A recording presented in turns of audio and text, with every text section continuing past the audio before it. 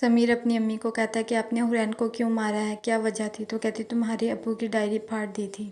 سمیر کہتا ہے وہ دور گئے جب بچوں کو بیڈلی ہینڈل کیا جاتا تھا۔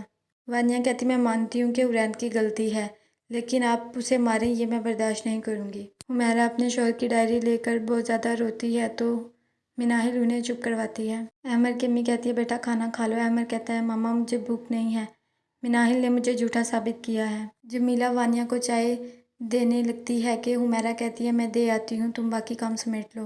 حمیرہ وہ چائے ٹیبل پر رکھ دیتی ہے کہ حرین جادو کے اثر کی وجہ سے اس میں چوہے مار دوائی ڈال دیتی ہے۔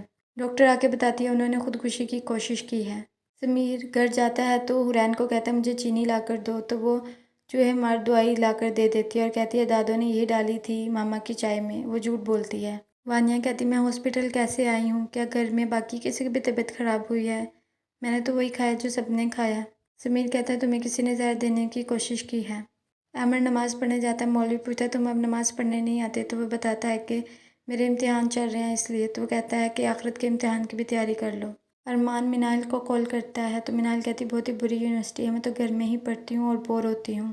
تو وہ کہتا ہے کہ جہاں رابعل جاب کرتی تھی وہ سیٹ خالی ہے، اگر تم بات کرو تو میں تمہاری جاب کروا دیتا ہوں۔ احمد نماز کے بعد آخرت پہ بیان ہوتا ہے جو سنتا ہے اور اس پہ اس کا کافی اثر ہوتا ہے۔ رابعل عرصہ کو کہتی ہے بھابھی میں قیمہ بنا لوں؟ تو وہ کہتی ہے کہ نہیں قیمہ نہیں بنانا، ارمان کی طبیعت ٹھیک نہیں ہے۔ وہ کچھ بولنے لگتی ہے تو وہ بہت زیادہ بدتمیزی کرتی ہے۔ انعام اور حسام مناہل کو جاب پر رکھ لیتے ہیں۔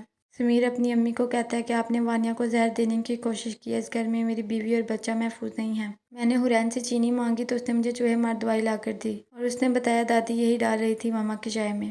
سمیر کہتا ہے میں اور میری فیملی یہاں پر نہیں رہیں گے۔ وہ انہیں بہت روکنے کی کوشش کرتی ہے لیکن سمیر نہیں رکتا۔ حمیرہ نیچے گر جاتی ہے لیکن وہ کوئی پرواہ نہیں کرتا اپنی ماں کی۔ مناہل کی امی اسے کال کرتی ہے اور بتاتی ہے سمیر گھر چھوڑ کے چلا گیا ہے، بیٹے تم جلدی گھر آ جاؤ۔ وانیا بتاتی ہے کہ جب مجھے بابا جی نے بتایا تھا امی جادو ٹونا کروا رہی ہیں مجھے یقین نہیں آیا تھا، لیکن اگر وہ مجھے مار سکتی ہیں تو یہ سب بھی کروا سکتی ہیں۔ میر کہتا ہے یار I'm سوری تمہارے ساتھ اتنا برا ہوا۔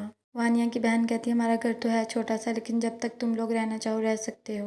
وانیا کا بہنوئی کہتا ہے یہ کیا مصیبت ہے، انہیں اس گھر سے جلدی فارغ کرو، میں انہیں زیادہ دن یہاں برداشت نہیں کر سکتا۔ فرحانہ حمیرہ کو کہتی مجھے تو یقین نہیں آتا وہ بچہ جو آپ کا اتنا فرما بردار تھا وانیا نے جادو کر کے اسے کیسا بنا دیا ہے۔ فرحانہ حمیرہ کو کہتی ہے کہ میں ایک بابا جی کو جانتی ہوں، اس کے پاس چلیں گے ہم لوگ۔